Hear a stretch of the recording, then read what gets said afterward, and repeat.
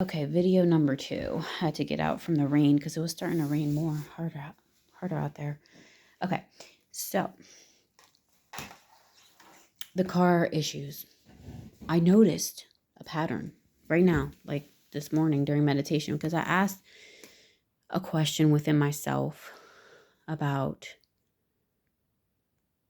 just like the whole belief about once one thing happens to a car, it all just starts happening, like all this stuff. I'm like, am I entertaining this belief, or is there something within me that is creating this outcome? And some people might think that's silly to say, oh, well, it's just car troubles. Like, you can't like create that or whatever. Like, that's stupid. But just entertaining the notion, is there something within me that I can shift and change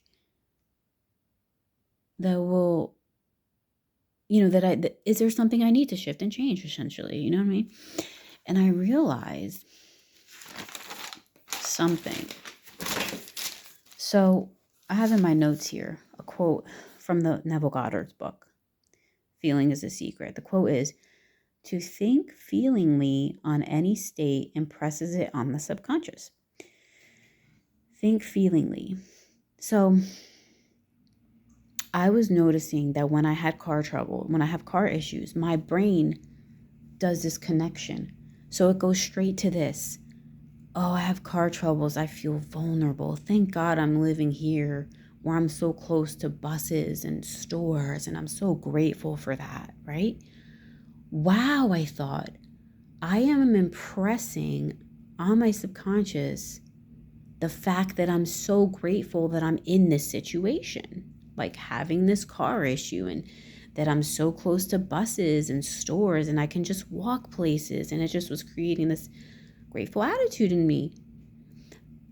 And I was pondering this the other day too about sorry, I paused my video. That's why I said I was pondering this twice, but anyways. About Christianity, about what they call people living miracle to miracle. Why? Because I'm like, oh my God, could it be possible that we're so grateful for our struggle because we're grateful for the miracle that comes, that we keep creating struggle after struggle? Is that possible? And so, yeah, with this car thing, I noticed, holy crap, I keep thinking, well, thank God, because one of my desires that I have is living in a beautiful, spacious home on acres of land, a few acres, right? That's kind of like, I feel like that would be ideal for me. A little bit of acreage, spacious home to fit everyone or whatever. But then when I notice when I'm getting these car issues, I'm like saying to myself, oh, thank God I'm not alone on some, by myself in a house. Like, how would I be able to handle that all? Whoa. So now I'm like impressing on my subconscious that is difficulties or something. I'm like, oh, I'm like, whoa, I need to like shift some thinking here, because I don't want to put that negativity on my desire, right?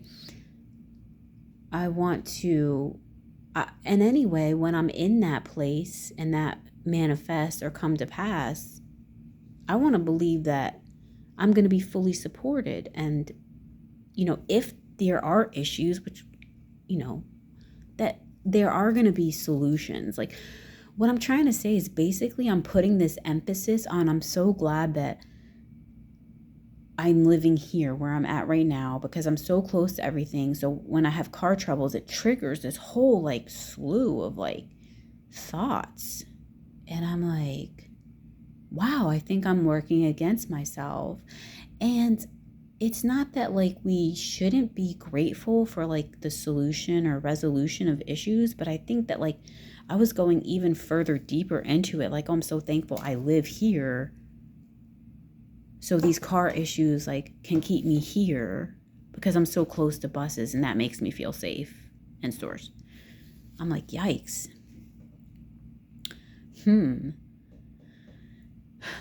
So I think I think I'm going to be like more neutral. Like if car issues arise or anything like that, that I'm just going to really try not to slip into that feeling overwhelmed and feeling vulnerable, which leads me to feeling thankful that I am where I am. I don't know, it might be like a fine line to walk. I think I'm going to try to hold space for more neutrality and not allow my mind to trickle down the domino effect of that thought. Like, oh, my car is having an issue. Okay. Thank you, God, for the peaceful, easy resolution of this issue. Boom. That's it. Like, just leave it there. Don't allow my mind to keep going down the little rabbit hole.